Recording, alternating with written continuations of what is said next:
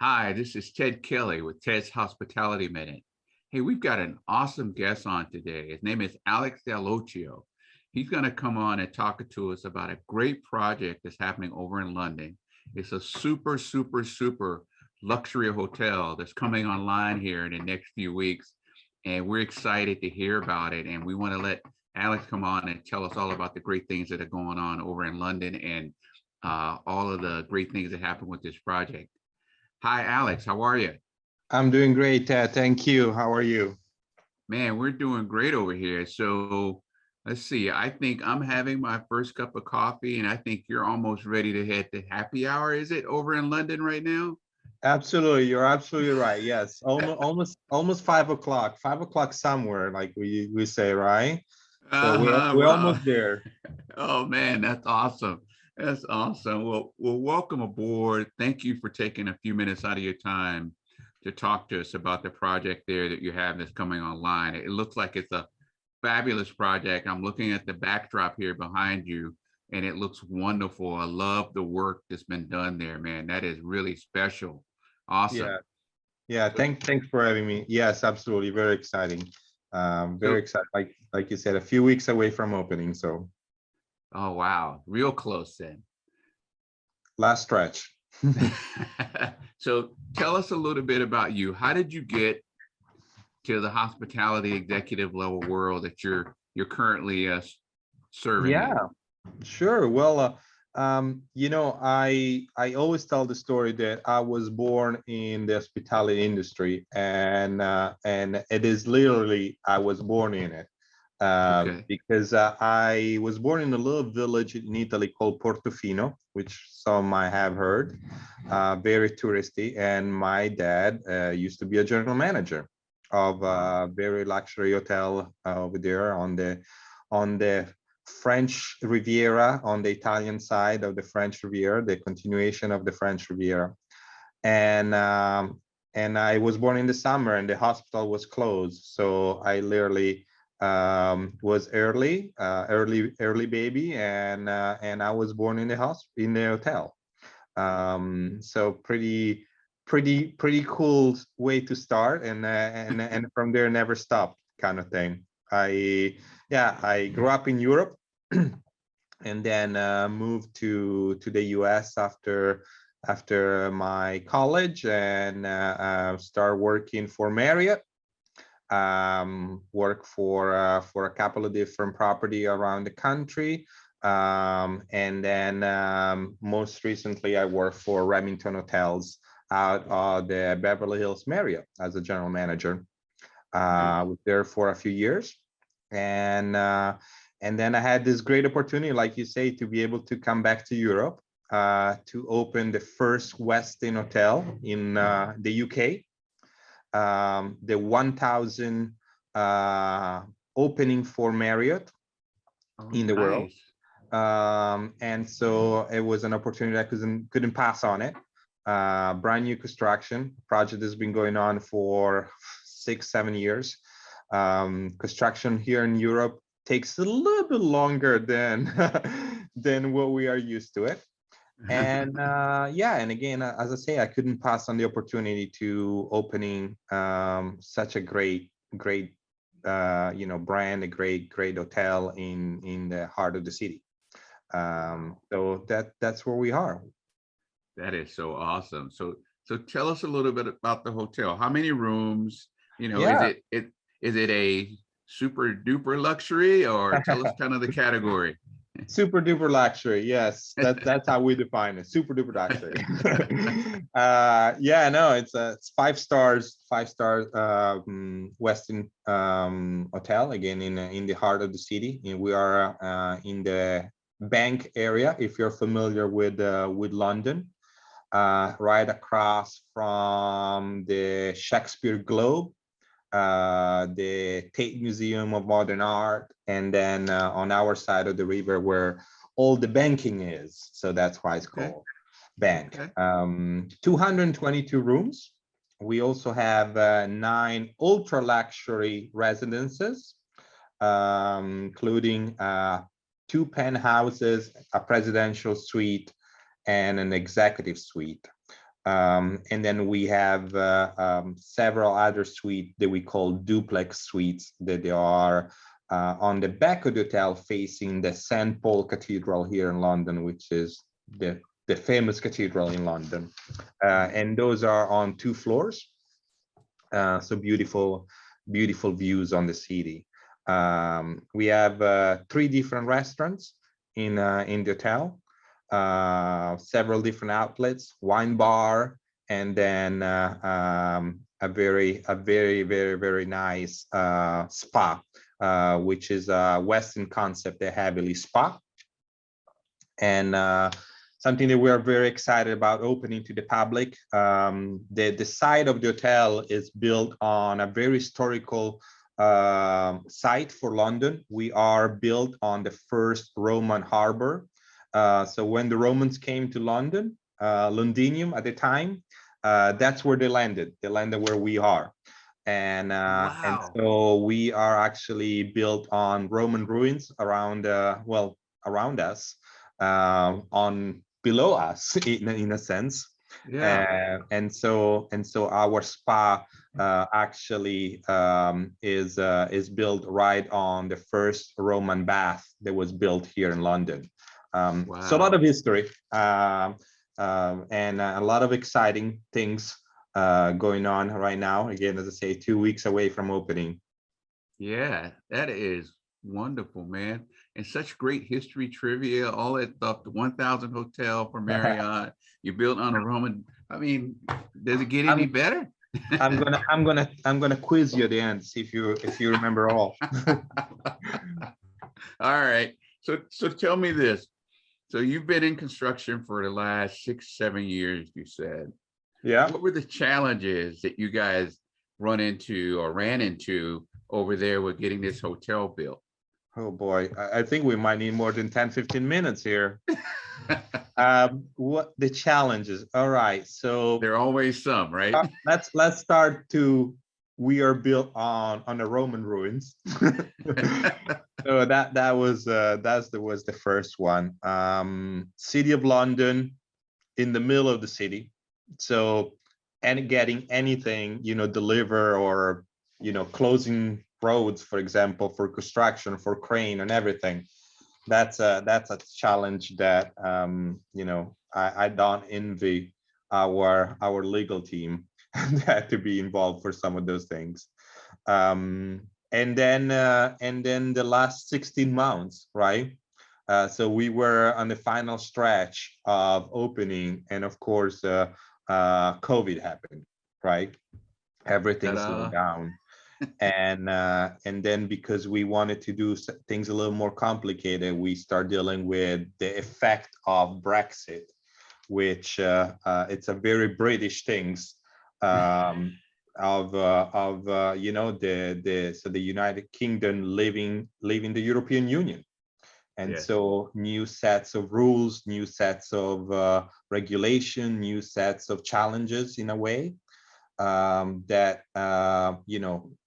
match with the COVID challenges and rules and regulation, and together created a mix of chaos that was quite interesting to experience. I used to say that I used to have hair before I started this project. It's not true. It's not true. But it always gets some people to think about how this was how the last 16 months have been for us. So Wow, that is amazing. But every construction project always has, every hotel project always has a group of challenges that are unique to the property. So yeah, it it's kind of like, wow, but then you kind of expect that because most times you're gonna run into something. It's just how significant or severe it is that you got to deal with it. So yeah, so tell us a little bit about this. So you talked about Brexit a little bit. For some of our guys, can you give us a quick high level view of what Brexit is and how that yeah. impacted you guys there? Yeah, so in 2016, there was a referendum here in the UK, which was, again, very simply, stay in the European Union and be part of the European Union, or leave the European Union and become a completely solo player in the world economy. So again, there was a referendum they voted for, and by a very tiny margin, the Brexiters, of the people that supported Brexit, so British exiting Europe, Yes. they won. And so it took 4 years to work through the process until December of 2020, when it really took effect. So what does it mean? It means that before, as a European citizen, you were, for example, simply able to relocate in any European country, no notice, no needs of anything, nothing at all. You just would go there and start a new life if you want. And all of that for people that are now resident of the UK or UK citizen changed drastically, because you now need visas, and you need notice, and you need proof of residencies, and showing that you can support yourself. So anything that would a normal relocation across country could potentially require, but something new to the majority of us. So that, of course, created a lot of challenges, because it happened at the same time the COVID was happening. And so a lot of people that left because of COVID and went back home to their original country really never felt the need of coming back. And so now the shortage that we experience here in the labor market is not simply, people don't want to work, or people they don't feel comfortable work. There's literally not people being able to work. Right. I think that the most recent,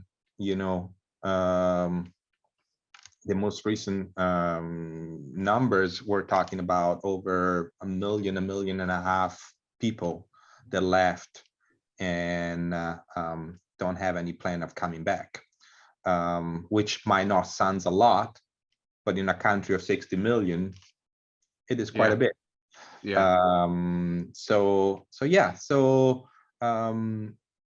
Again, that with the conjunction of Brexit and COVID were definitely two of the things that challenges the most for the past 16 months.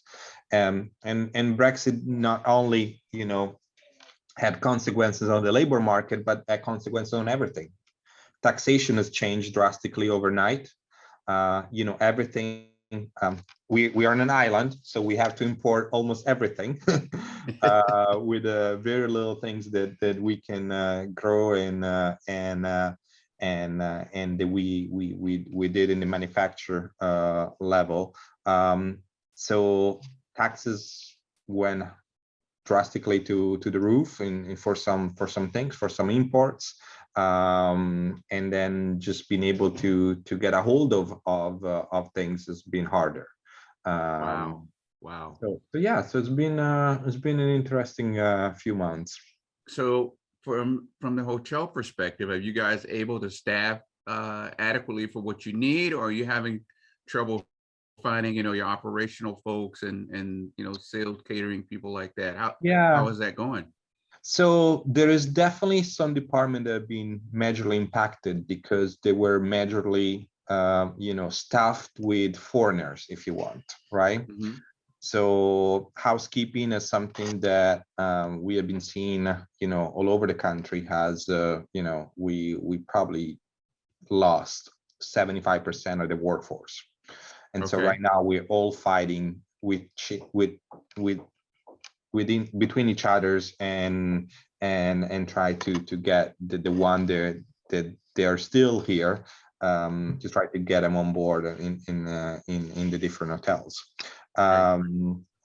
So we have been lucky in a sense of opening such a prestigious hotel, and with a lot of things in it that brought us some major competitive advantage towards some of the other hotel. But we still struggle, and we are still struggling right now. Again, housekeeping and some of the food and beverage position have been very hard to recruit right now. I mean, no difference than folks back in the US. Right. Just again, for us, it's just the people are not here anymore, Yeah. or a Uh, large majority are not here anymore. right. Right. And I'm assuming there was a fair amount of those that would qualify in those different categories of folks that you're looking to fill some of those positions, right?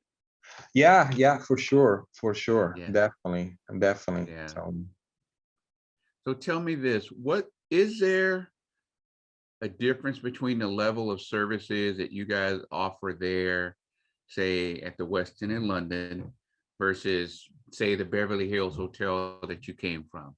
Is there a difference in the level of service offering, or is everything pretty much kind of on the same uh, level?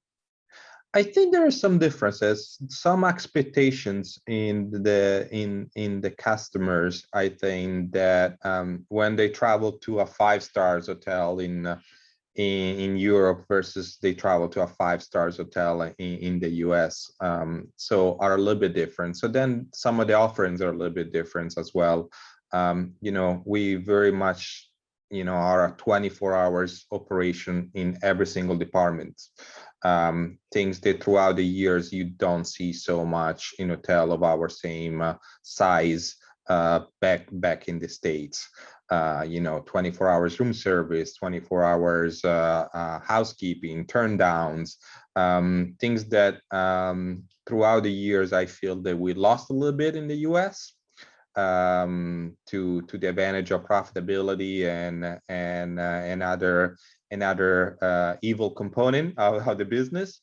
And I think that the European customers are now ready to compromise on some of those things, and definitely are in a sense a lot pickier, Mhm. but also in another sense a lot more to the original of what what hospitality used to be. And so that's that's exciting for me as an operation person, and being able to offer all those kind of services that throughout the years we kind of like lost and start to eliminate it, even in the 5 stars hotel back in the US. Right. So they really raised the bar, is what it sounds like over there in terms of the service expectation that I they don't know have if for you Yeah, guys. I don't know if they raise the bar or we lower it back home. Okay. So I think it's more that we lower a little bit the service level back home, to compromise with other needs. I got you. And I think that here they've still kept some integrity in some of the services that we are able to offer. Awesome. Awesome. So tell me this. So you guys are supposed to open, what's your opening date? November 1st, knocking on wood. Let's see. I'm knocking on wood over Don't here too. don't quote me on this one, because I think we changed it quite a few times. That's all right. So we're gonna say November 1st is gonna be the date, and we're gonna make sure we keep an eye on it. But we are hoping that everything goes well with that, and that maybe we can put another spot on for Alex to talk about how things are going. Maybe 6 months to a year later, we can That have an would be update. that would be fantastic. That would be fantastic All right. for So sure. Alex, if folks want to go look at your new hotel on the web, Mhm. throw out throughout the website so they can find it and take a look. And we'll also post that when we post the video as well. Yeah, so Western London City, part of the Westin family, part of the Marriott family. Yeah. So again, that's the best way to look at ASAP. Again, great property. Everything that we do is goes around the well-being and the 6 pillars of well-being, the Right. brand, live and breathe. So again, we just can't wait to open the door and show off the property, because I think it's gonna be something that London hasn't seen. So for Yeah. sure. I think it's going to be awesome too, from looking at the pictures in the backdrop. And we're going to be rooting for you This is for our no. wine bar. So hide and seek, our wine Re- bar, right on the River Thames, Really? right looking at the Shakespeare Globe on the other side of the rivers. Yeah. Yeah. And I'm catching all of that. And that looks like that's a beautiful spot. I'd love to see it sometime, but we're going to be rooting for you for your November 1 opening. And we're going to check back with you at a later date and let you tell us all the good things that's happening over there. But we appreciate you giving us a few minutes of your time to talk about your great project there. And again, we're going to keep our eye on it, and we're going to be on the sidelines rooting for you. Saying, go, Alex. I And appreciate it. all right, this has been another Ted's Hospitality Minute. You guys have a great day. We'll see you next time.